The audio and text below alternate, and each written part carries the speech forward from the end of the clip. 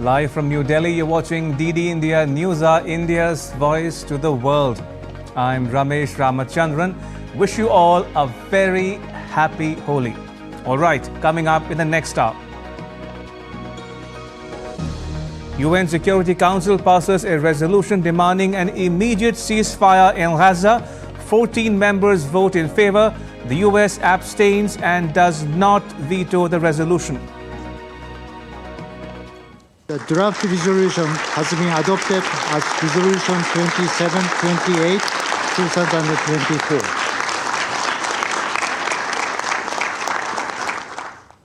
South China Sea tensions hot up. The Philippines summons China's diplomat to protest against a water cannon assault by the Chinese Coast Guard, dares Beijing to seek arbitration. A court in Russia charges 4 men accused of staging the concert hall attack in Moscow, remands the suspects in custody on terrorism charges.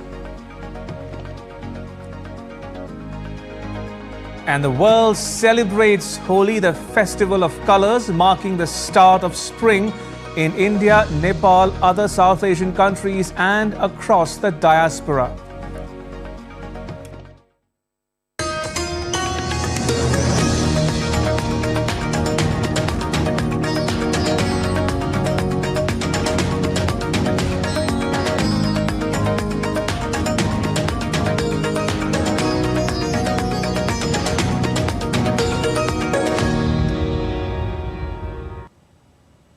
The UN Security Council adopts a resolution on Monday demanding a ceasefire in Gaza during the holy month of Ramzan. 14 council members voted in favor. The US abstains and does not veto the resolution. The resolution also demands the immediate and unconditional release of all hostages. It emphasizes the urgent need to expand the flow of humanitarian assistance to and reinforce the protection of civilians in the entire Gaza Strip. Meanwhile, Israeli Army radio reported shortly before the council meeting that Israel's Prime Minister Benjamin Netanyahu would cancel a planned delegation to Washington, D.C. if the U.S. did not veto the resolution. The resolution put forward by the 10 elected council members is backed by Russia and China, who had vetoed a US-sponsored resolution on Friday that supported an immediate and sustained ceasefire. The 22-nation Arab group at the UN had issued a statement on Friday appealing to all 15 council members to act with unity and urgency and vote for the resolution to halt the bloodshed, preserve human lives, and avert further human suffering and destruction. Since the conflict broke out on 7th October last year, the Security Council has adopted 2 resolutions on the worsening humanitarian situation in Gaza, but none has called for a ceasefire. I shall put the draft resolution to the vote now. Will those in favor of the draft resolution contained in document S/2024/254 please raise their hand?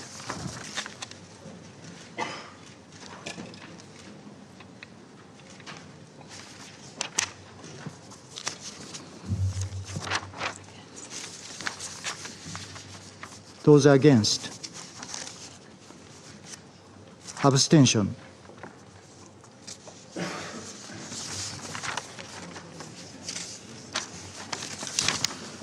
The result of the voting is as follows: 14 votes in favor, 0 vote against, 1 abstention.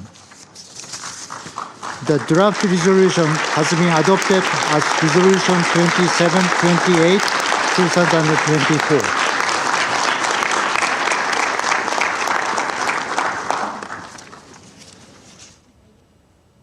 And my colleague Jody Jacobs joins us for more on this story. Jody, what does the text of the resolution say on 1, ceasefire, and 2, release of hostages? Indeed, Ramesh, and thank you so much. And of course, you've now seen those unusual scenes inside the UN Security Council. We haven't seen such scenes in a very long time. I just want to take you back one step, just before that vote, Ramesh, because I wanted to explain to you those unusual scenes, because minutes before the meeting actually got underway, we saw this huge huddle of top diplomats inside the council with last-minute negotiations, because the push here from the elected 10 members of the UN Security Council was to ensure that this vote does not get vetoed by the United States, even though they had said on Friday that the intention was that they don't necessarily agree with the resolution or the language thereof, but they participated in the negotiations which took place over the weekend. And of course, as you've now been reporting, that resolution is now passed. What it ultimately calls for is an immediate ceasefire for the remainder of the month of Ramadan. So there's about 2 weeks left of Ramadan. An immediate ceasefire now needs to be implemented.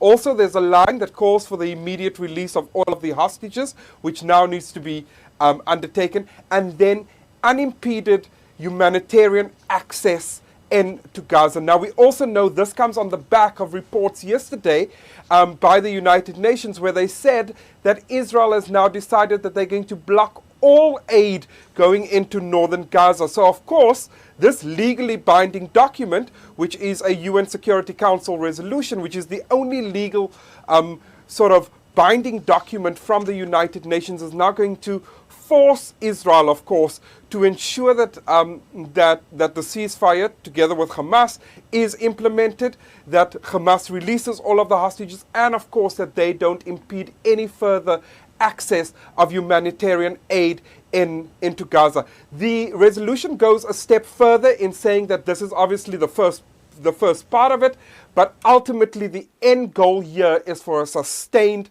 permanent ceasefire within Gaza. Ramesh? Jody, you spoke about the hectic talks leading up to the vote. So I have to ask you this. How should one read the U.S. abstention, that the U.S. chose not to veto it? I think that there is, of course, still a lot of diplomatic work. I mean, the UN's permanent representative to the United Nations, Linda Thomas-Greenfield, speaking after that, after the vote, saying that they still want to see a sustained and permanent ceasefire within Gaza, but this needs to coincide with those negotiation talks that is currently underway between the US and Qatar and Saudi Arabia and several other countries, and they don't want these two processes to impede one another or be an obstacle for one another.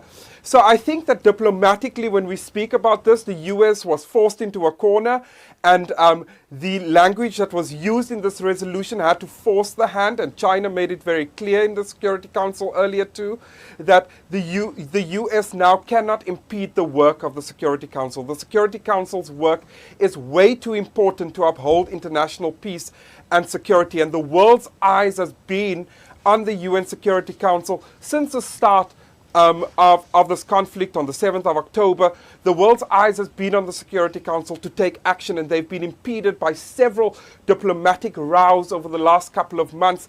And finally, of course, they've gotten to this point.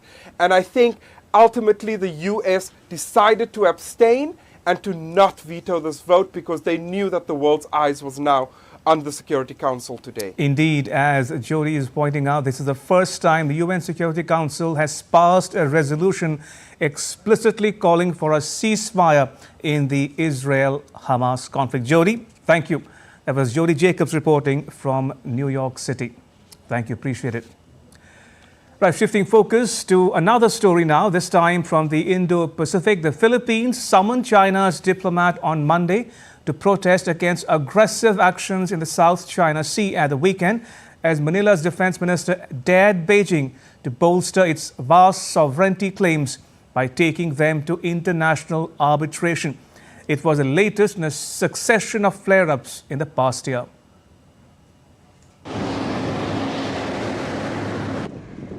Philippines accused China's Coast Guard of using water cannons against a civilian boat carrying troops on Saturday at the Second Thomas Shoal, which it said damaged the boat and injured some crew. The Philippine Foreign Ministry said that the charge d'affaires of the Chinese embassy had been summoned and a diplomatic protest lodged in Beijing. The Philippine Foreign Ministry said, and I quote, China's continued interference with the Philippines' routine and lawful activities in its own exclusive economic zone is unacceptable. It infringes upon the Philippines' sovereign rights and jurisdiction, unquote. Footage shared by the armed forces of the Philippines appeared to show people on board a rubber boat installing a floating barrier at sea, which the Philippines said came from the Chinese maritime militia to seal off the entrance of the shoal. China claims almost the entire South China Sea, including the Second Thomas Shoal, which is within the Philippines' 200-mile exclusive economic zone, and has deployed vessels to patrol the disputed toll. A 2016 ruling by the Permanent Court of Arbitration found that China's sweeping claims have no legal basis. For its part, China's foreign ministry said that the Philippines has reneged on a promise to tow away the ship. But the Philippines has repeatedly denied making such a commitment. It said it will not abandon its position at the Second Thomas Shoal. In comments likely to rile Beijing, Defense Secretary of the Philippines, Gilberto Teodoro, said, and I quote, "If China is not afraid to state its claims to the world, then why don't we arbitrate under international law? No country believes, and they see this as their way to use force, intimidate and bend the Philippines to their ambitions," unquote. Security chiefs of the Philippines convened a high-level meeting on Monday over the incident to prepare recommendations to put to President Ferdinand Marcos Jr. on ways forward in the dispute. Bureau Report, DD India. India's Minister of External Affairs, Subramaniam Jaishankar, has concluded his three-day visit to Singapore on Monday, where he met top leaders of the Southeast Asian nation. Minister Jaishankar called on Singapore's Prime Minister Lee Hsien Loong. The two exchanged views on regional and global developments. Minister Jaishankar acknowledged Prime Minister Loong's positive sentiments and called it a source of strength to the India-Singapore ties. During his visit, Minister Jaishankar also met Singapore's Deputy Prime Minister and Finance Minister Lawrence Wong, his Singaporean counterpart Vivian Balakrishnan, Singapore's Senior Minister and Coordinating Minister for National Security Teo Chee Hin, and Singapore's Minister of Trade and Industry Gan Kim Yong. The leaders discussed several agendas, including preparations for the next India-Singapore Ministerial Roundtable meeting, transformational changes in India, and the opportunities to further strengthen India and Singapore's partnership. The leaders also discussed trade, semiconductors, space, green energy, supply chains, and defense. The leaders also exchanged views on the Indo-Pacific and West Asia. Minister Jaishankar's visit to Singapore is significant as the two nations approach 60 years of India and Singapore's diplomatic ties. Following his visit to Singapore, Minister Jaishankar is scheduled to visit the Philippines and Malaysia. Still to come on DD India News Hour. India slams Pakistan over its absurd remarks on the Indian Union territory of Jammu and Kashmir. 4 suspects charged with acts of terrorism in connection with the gunning down of scores of people at a concert hall outside Moscow. And missile attacks by Russia damaged a 3-story building in Ukraine's capital, Kyiv.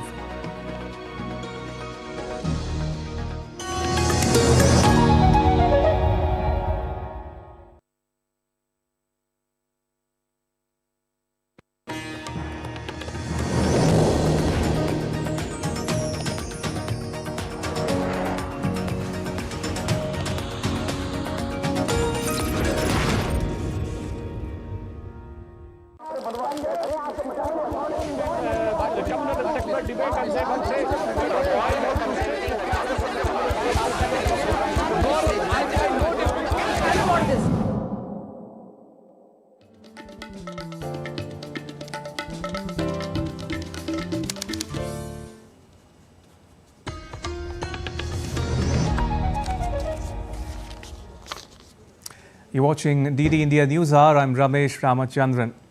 A hearing is about to begin shortly in New York City to determine when one of former US President Donald Trump's criminal cases will go to trial. The trial in Donald Trump's hush money case was expected to be getting underway this week, but a judge decided to delay proceedings. Separately, the former president also faces a deadline to pay millions of dollars after a separate Manhattan judge found him liable for fraud. And my colleague William Denzel joins us for more on this developing story. William, what's at stake really for Trump in these two cases? One pertaining to a fine in the case of a business fraud, and another pertaining to a criminal court on setting a new date in his trial over payments to an adult star.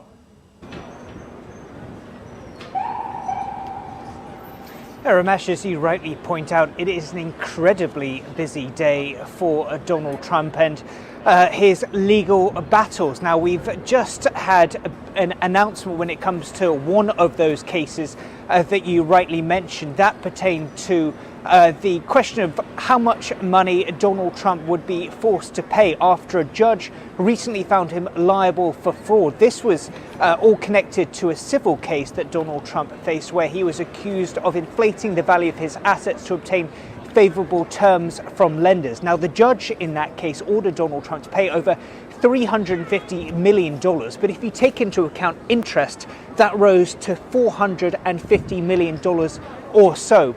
That prompted real speculation, considering the fact that Donald Trump has been unable to find a bond company to help post that sheer volume of cash here in the city of New York. However, we've just had a ruling that Donald Trump will only now be forced to pay $175 million while appeals continue for that fee. Donald Trump has denied wrongdoing and says that this is an effort just to hurt his political campaign. Separately, in New York, Donald Trump is in a courthouse for a hearing that will potentially decide when his hush money trial will go to trial. It was scheduled for today, as you rightly say. It was delayed, though, after a huge tranche of documents was released. Trump's team says that is grounds for this case to be dismissed outright, or at least substantially delayed. We're still waiting for a ruling on that. William, let's take a step back and look at Trump's election campaign. How's it coming along? And what about his financial worries, including donations? Reports say that his campaign fundraising lags behind Biden's.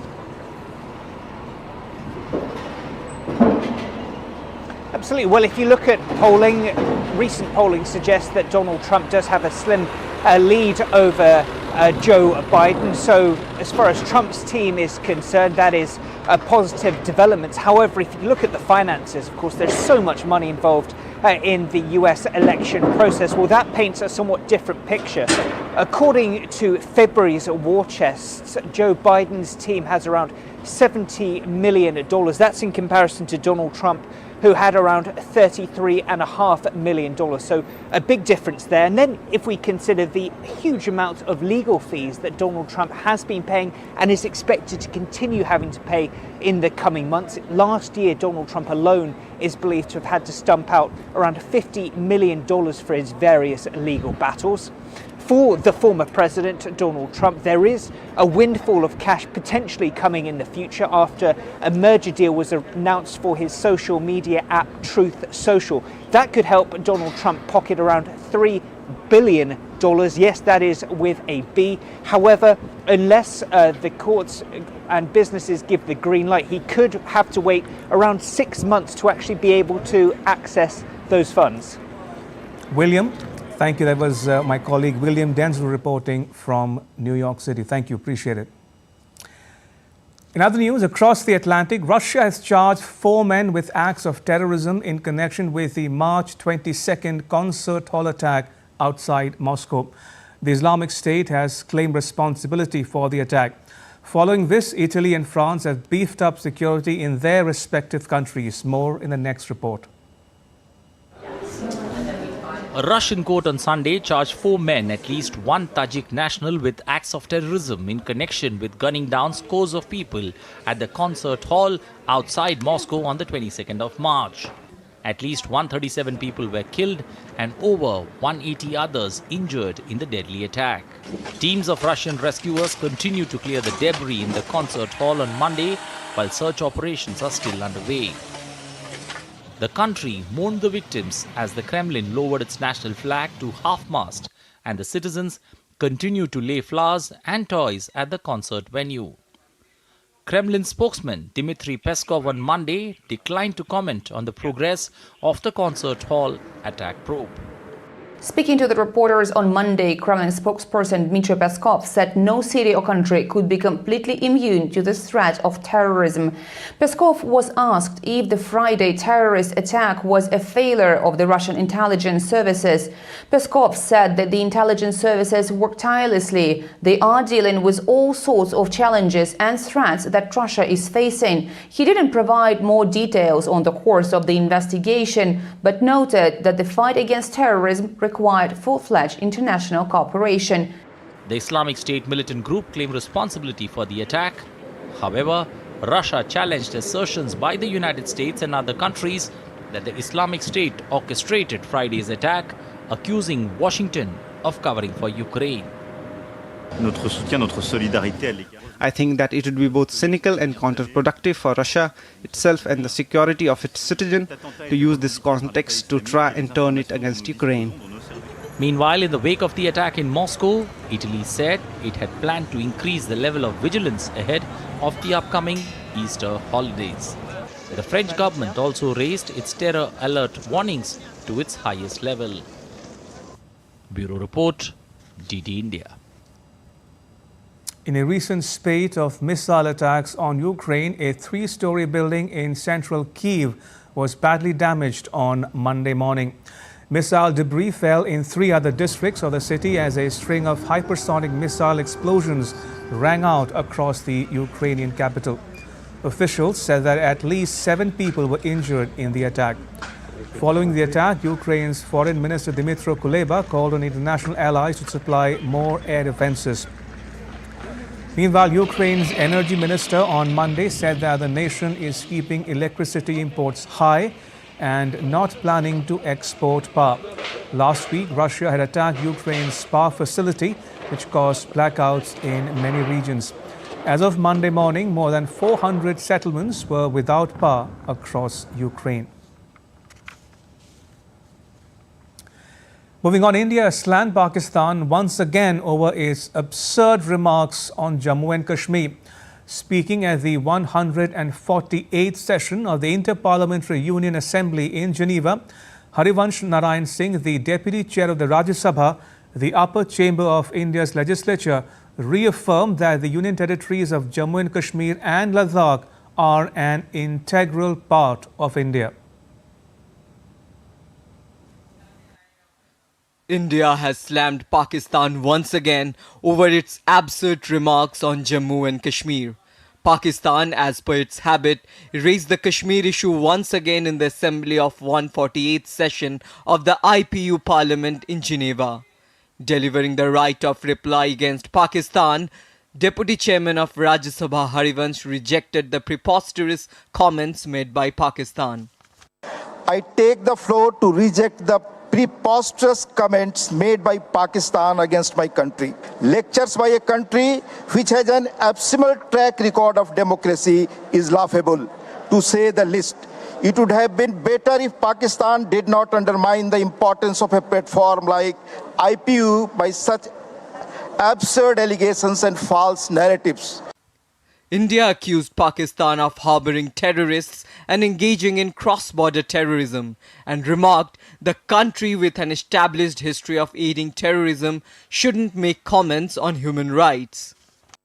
As regards the Union territories of Jammu and Kashmir and Ladakh, they have been and will always remain an integral and inalienable part of India. No amount of rhetoric and propaganda from anyone can override this fact. Instead, Pakistan would be well advised to stop its terror factories that continue to launch countless cross-border terrorist attacks in Jammu and Kashmir while farcically claiming to champion the cause of human rights. IPU members are well aware that Pakistan has an established history of harboring, aiding, and actively supporting terrorists. India's response to Pakistan's statement once again underscores its firm stance on Kashmir issue, which proved Pakistan's effort to raise the Kashmir issue internationally are nothing but a desperate attempt to divert attention from its own internal issues. The 148th Assembly of the IPU is taking place in Switzerland's Geneva till 27th March. The general debate focused on overall theme parliamentary democracy, building bridges for peace and understanding, and providing a platform for delegates to deliberate, exchange views, and galvanize parliamentary action in this area. Ravindra Chauhan's report for DD India. All right, now take a look at some more stories making news around the world. Thailand has commenced delivering humanitarian aid to military-ruled Myanmar, underlining its commitment to fostering dialogue between opposing factions. This effort forms a crucial component of Thailand's broader peace initiative aimed at creating a humanitarian corridor, particularly crucial as Myanmar contends with a deepening civil conflict. Recent archaeological discoveries in Italy's Pompeii have unveiled insights into Roman engineering practices, particularly concerning monumental structures such as the Pantheon. Unearthed artifacts at ancient construction sites, including functional tools and neatly stacked tiles and bricks, give a valuable revelation about the sophisticated construction methodologies employed by the Romans. Migrants continue to arrive at a border along the Rio Grande near El Paso in the U.S. state of Texas, seeking entry into the United States. Immigration authorities have raised concerns for what they worry may be a spring surge of arrivals. Last week, the Texas law known as SB 4, which makes it a state crime to illegally enter from a foreign country, was blocked by a federal appeals court. Boeing CEO Dave Calhoun is set to resign by the end of the year as part of a significant restructuring in response to the aircraft manufacturer's extensive safety challenges, compounded by a mid-air panel blowout on a 737 MAX aircraft in January. Since the incident, Boeing shares have depreciated by about 25%. Still to come on DD India News Hour. An expert take on the South China Sea tensions between the Philippines and China. In a major crackdown on big tech, the European Union initiates an investigation into Apple, Meta and Google owner Alphabet. And doctors in South Korea submit mass resignations in support of a strike by interns over a government plan to boost medical school admissions.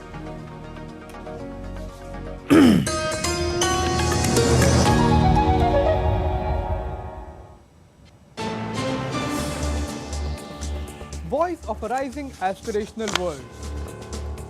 Stories of challenges, struggles and accomplishment. A world battling conflict, hunger and poverty. Embracing growth, development, science and technology. A voice of progress, a voice of unity. Watch Voice of the Global South with me, Akshay Dongre, only on DD India.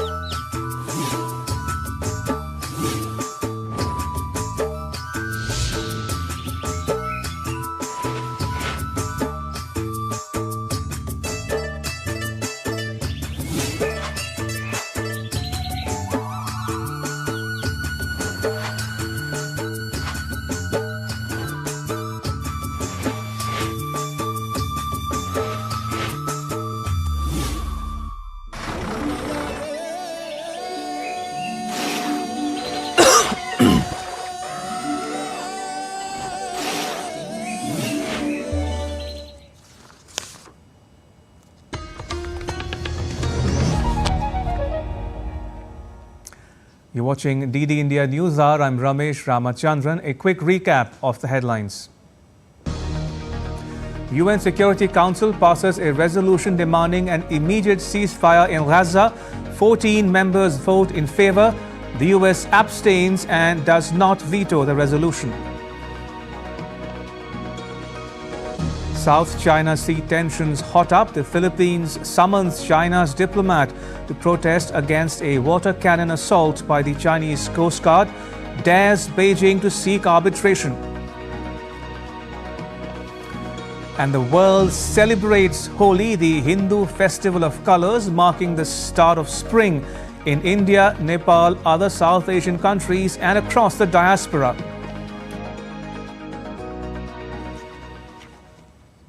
All right, going back to the top story, South China Sea tensions hot up. The Philippines has summoned China's diplomat to protest against a water cannon assault by the Chinese Coast Guard. It dares Beijing to seek arbitration. Professor Swaran Singh joins us. Professor Singh teaches at the Jawaharlal Nehru University in New Delhi. Professor Singh, welcome to DD India News Hour. Now, the Philippines is just one of many countries in China's neighborhood that are bearing the brunt of Chinese expansionism, coercion, confrontation, and belligerence. India has seen it in Galwan and other locations across the line of actual control that separates it from China. Now, the Philippines is seeing it in the West Philippine Sea. Have the China-Philippines tensions reached a tipping point? Thank you, Ramesh, for having me on your program. Welcome. There is no denying of the fact that China has been constantly aggressive against all its neighbors, including India, except that India is perhaps the only country in the neighborhood that has stood up to China, looking into eyes and deploying forces in frontier areas and ensuring that Chinese can't have the way they have been expanding themselves and transforming South China Sea into a Chinese lake, controlling one after another whatever little features in that maritime territory exist, into turning them into artificial islands. So fundamentally, I think South China Sea is an example of what happens when collectively major powers and neighbors don't really take note of what Chinese are doing incrementally over a period of time. And almost the tension with Philippines in the current phase of the tensions again go back to the beginning of last year. I mean, constantly one after another were episodes of confrontations, of encountering each other in a dangerous manner. Sort of all kinds of insinuations, allegations that Manila was making against Chinese, and in fact constantly trying to bring in the United States, which is in that sense is an alliance partner. They have a defense cooperation treaty from 1951. But apparently for a longer period of time, I think even United States appeared reluctant, if I can say so.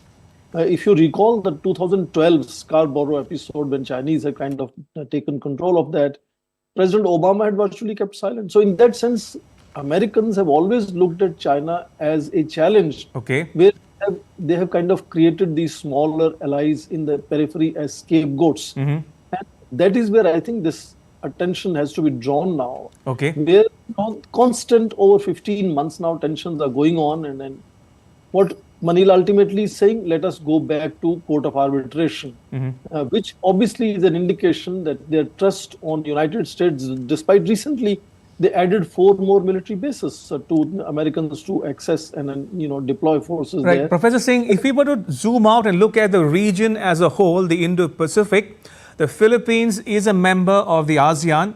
Some other ASEAN members such as Malaysia and Vietnam also have a maritime dispute with China, but there is no ASEAN unity on protecting the territorial integrity of its members. Why is it so? And do you think it emboldens China to ride roughshod over its neighbors? Indeed, I think that is a fundamental difficulty in appreciating as to why Chinese have been able to do the way they have been able to do what they have done in South China Sea.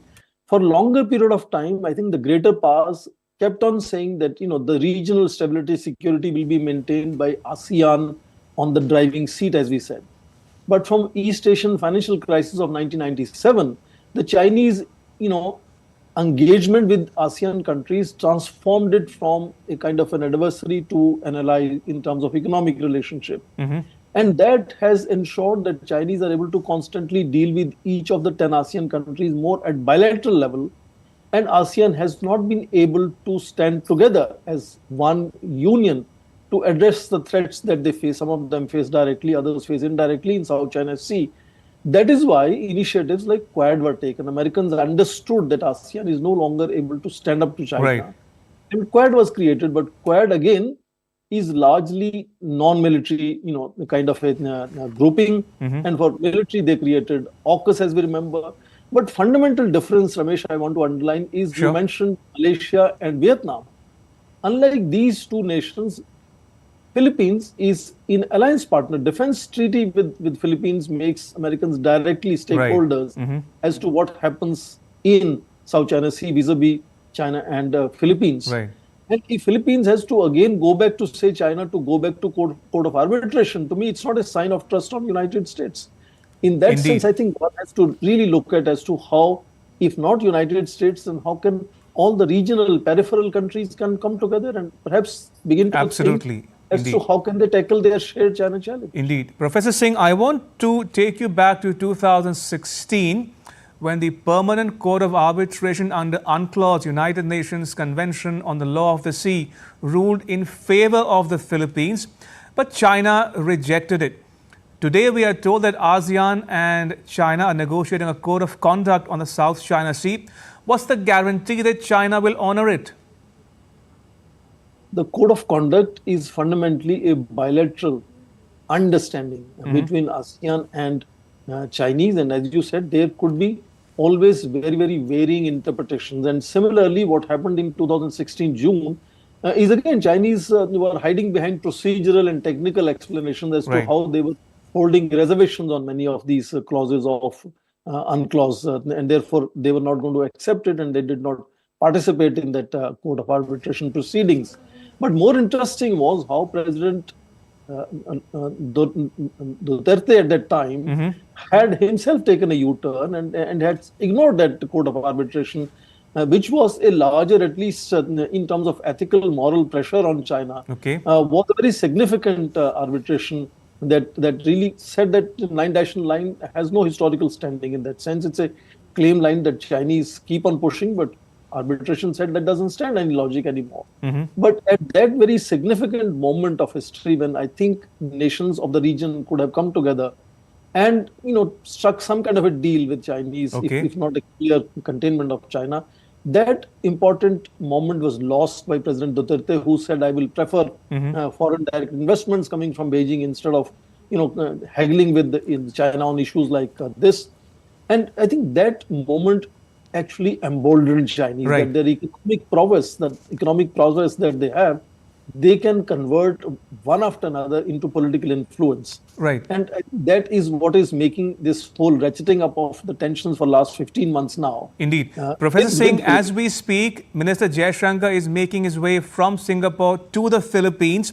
According to some commentators, India has historically taken a neutral position on the South China Sea disputes.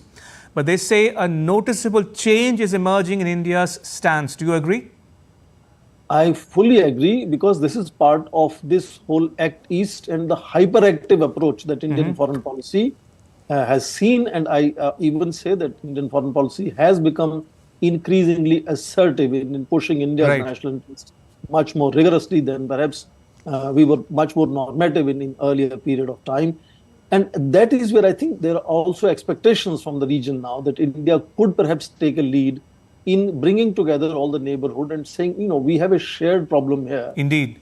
And we need to work together on these issues. And on such a moment, Indian foreign minister, who's extremely articulate, being in Manila, I think clearly sends a signal to Beijing as to where India stands. Absolutely. And Professor Singh, I have just about enough time to ask you one quick question.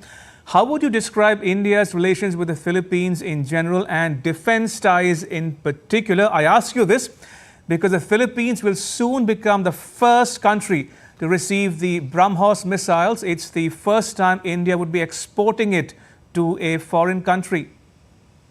When we, Ramesh, talk of Act East policy, it fundamentally means deepening and widening into many other sectors, particularly into strategic and security and defense cooperation. And that has seen one after other countries, Vietnam, Philippines, other Singapore, also building that component of strategic and security relationship, which is where the transfer of BrahMos, I think, is a very symbolic. It's an advanced, very potent technology being transferred and has a direct correlation to threats coming from China in that sense. So, directly India may have kind of given that posturing of being neutral, but India has repeatedly spoken with United States and with regional leaders of, India's desire to ensure stability and peace in that periphery of China, in South China Sea. And now with the kind of defense cooperation India is building with major, countries like Vietnam and Philippines, is an indication that there is a certain coordination happening as to how India sees China challenge for itself and how can it work together with in terms of partnership with other regional countries. And this visit at this moment to Manila, I think, is a great signal to Beijing. Absolutely. All right, on that note, Professor Swaran Singh, thank you once again for joining us and sharing your thoughts and insights with our viewers at home and abroad. Thank you for your time. Appreciate it. In other news, in a major crackdown on big tech, the European Union has initiated an investigation into Apple, Meta and Google's owner Alphabet for potential violations of the European Union's Digital Markets Act that could lead fines up to 10% of their global annual turnover for alleged breach, including disparaging rival products on their platforms.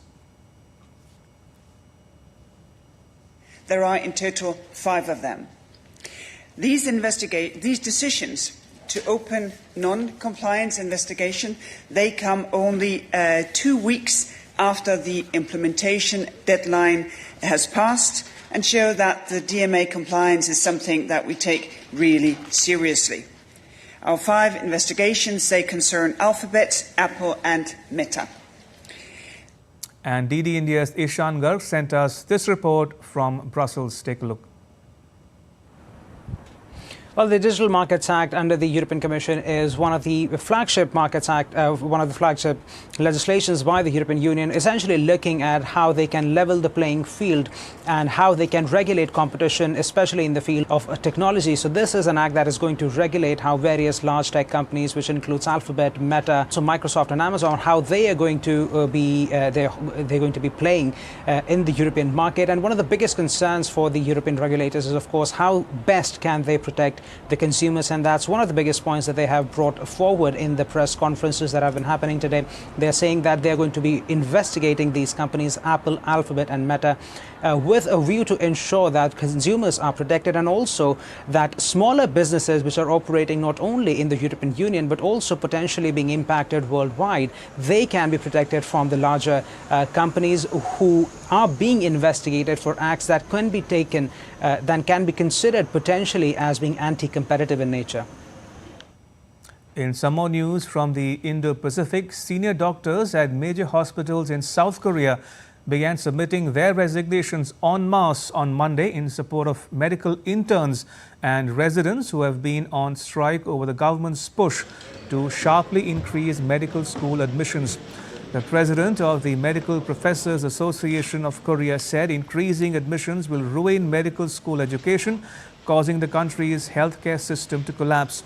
The trainee doctors have been on strike since 20th of February. And now take a look at some other stories making news in India.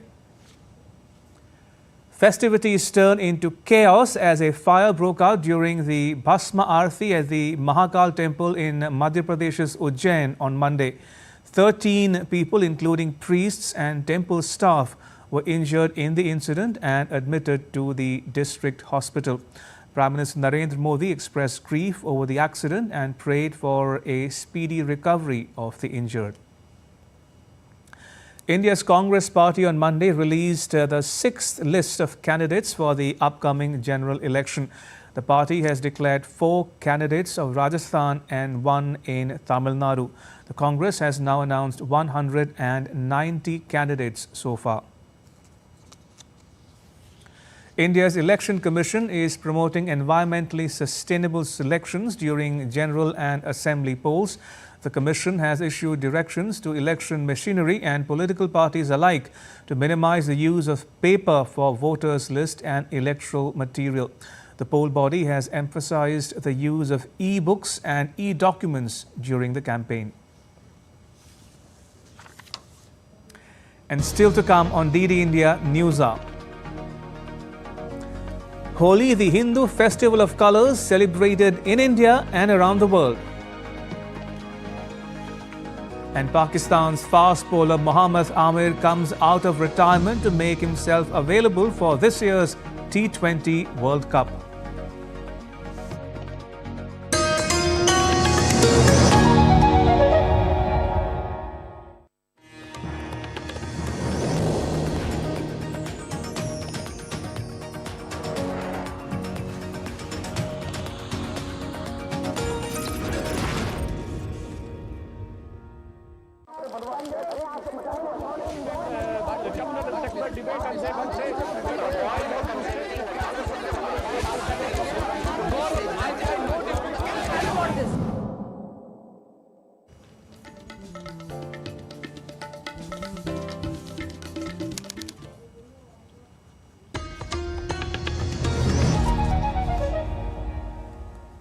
You're watching DD India News Hour. I'm Ramesh Ramachandran.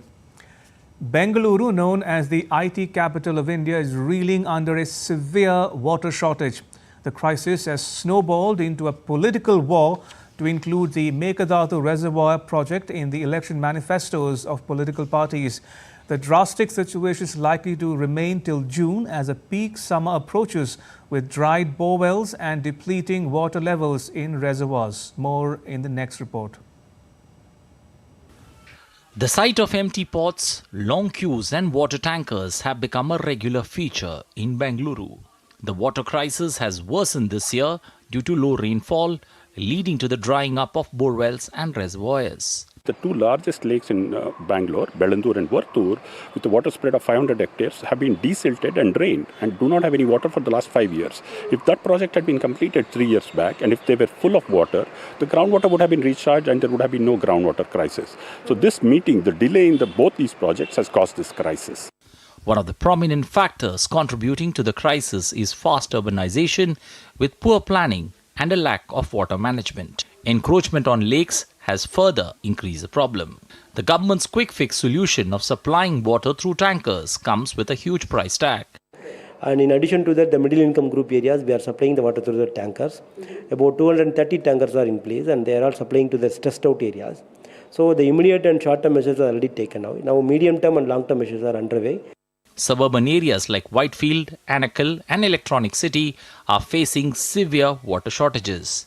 Many techies are demanding to work from home, while others are considering moving back to their hometowns due to the difficulties of living without water supply.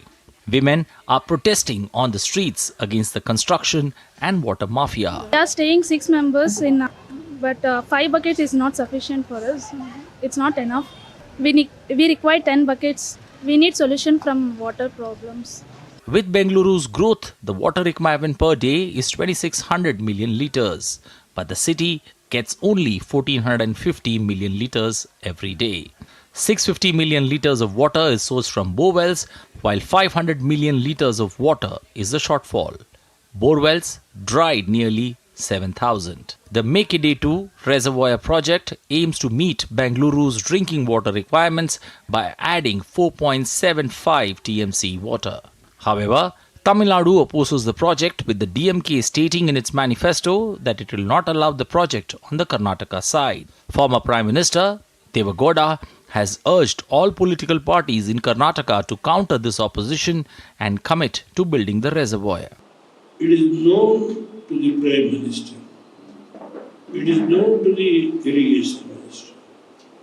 It has been published in all newspapers how the people for the drinking water, they are suffering.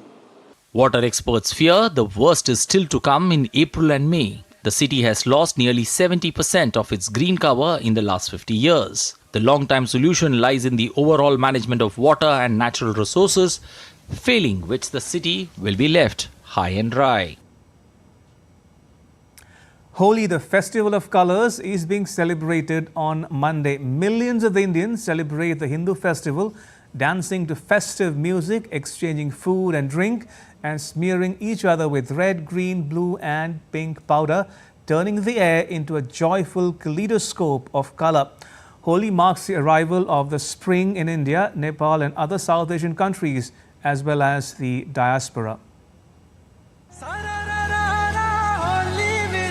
A rainbow haze swirled through India on Monday as jubilant laughter and fists full of pigmented powder, or gulal, filled the streets during the annual Holi festival, marking the arrival of spring. Held on the last full moon day of the lunar month, the festival begins with the kindling of bonfires. People gather around the flames to sing, dance and pray for an evening ritual called Holika Dahan, which reenacts the demise of a Hindu mythical demoness, Holika. The legend also signifies Holi as a celebration of eternal and divine love between Hindu deities Radha and Krishna. Indian cities Mathura, Vrindavan, Barsana and Nandgaon hold great significance in Hindu mythology, as these places are associated with the life and times of Lord Krishna. President of India Draupadi Murmu extended her Holi greetings to the nation. In a message, the President said, "On the auspicious occasion of Holi, I extend my greetings and best wishes to all Indians living in India and abroad. Holi is a vibrant and joyous festival which infuses hope and enthusiasm into our lives.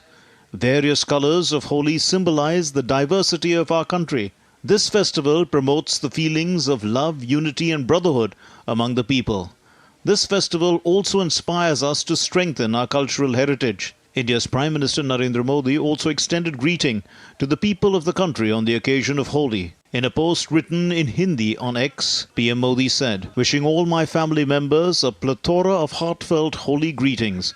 May this festival, adorned with colors of affection and goodwill, bring new energy and enthusiasm into your lives." India's Defence Minister Rajnath Singh also extended heartfelt wishes of Holi to the citizens of India. Holi के पावन पर्व पर समस्त देशवासियों को मेरी हार्दिक शुभकामनाएं। कल मैं स्वयं लेह में जाकर अपने सारे तीनों सर्विसेज के जवानों के साथ मैंने होली खेली है। इतना ही नहीं बल्कि पैरामिलिट्री फोर्सेस के जवानों के साथ, अधिकारियों के साथ भी मैंने होली खेली है। Foreign nationals too enjoyed the Festival of Colours in the Indian state of Uttar Pradesh. As the sun sets on this day of unity, let the spirit of Holi continue to weave its magic across India, fostering harmony and goodwill. Bureau Report, DD India. The festival of Holi has been celebrated around the world, including in countries with a large Indian diaspora. In London, events were held throughout the weekend in the lead up to the holiday and continued into Monday. DD India's Julia Chapman went along to get a glimpse of some of the festivities. I'm here in central London, outside Cinnamon Kitchen, where they have been celebrating Holi at this House of Holi pod outside the restaurant for Indians and British people alike. And I'm joined now by Tarika, who's the marketing executive of Cinnamon Group. Tarika, tell us a little bit about this event and how long you've been doing it. Well, we've been doing it for about 7 years now, and it is to celebrate Holi, which in India, depending on where you come from in India, they'll have a different story as to the origins. But essentially, it represents, the triumph of good over evil. It represents the coming of spring. It represents just celebration. And how many days have you been running this pod? Well, we've been running it for about 10 days now. Today is the last day. Of course, we have to end with a bang on Holi. And how many visitors have you seen? Has there been a mix of people, different backgrounds? Completely different mix of people, actually. We, of course, had a couple of Indian, British people, but of course, people from everywhere else in the world as well, who are just very excited to take part in something that is so unique to them. Yeah. And tell us a little bit about the throwing of the colours. What is that meant to be about? Well, in terms of mythology, it is believed that a god that we pray to named Krishna, his skin was slightly darker in color, and he would bother his mother about it. And he would just ask his mama, why is my skin color so much darker than all my friends? So she got so fed up with his questions that she gave him a whole packet of colors, and she said, go color them whatever you want. So that's where this throwing of colors comes from. And And how important do you think events like this are to help people stay in touch with their culture? Quite very important, actually. If you were in India, there isn't a place that you could go, whether it's just to the bus stop, anywhere on the streets, where you wouldn't get bombarded with colors. And then you step away from that and it's so easy to forget. So one, for us to keep in touch, but also for us to introduce the rest of the world to our culture as well, I think is very important. Wonderful. Thank you very much, Tarika. So that's it from here at the Cinnamon Kitchen in central London. Happy Holi to you.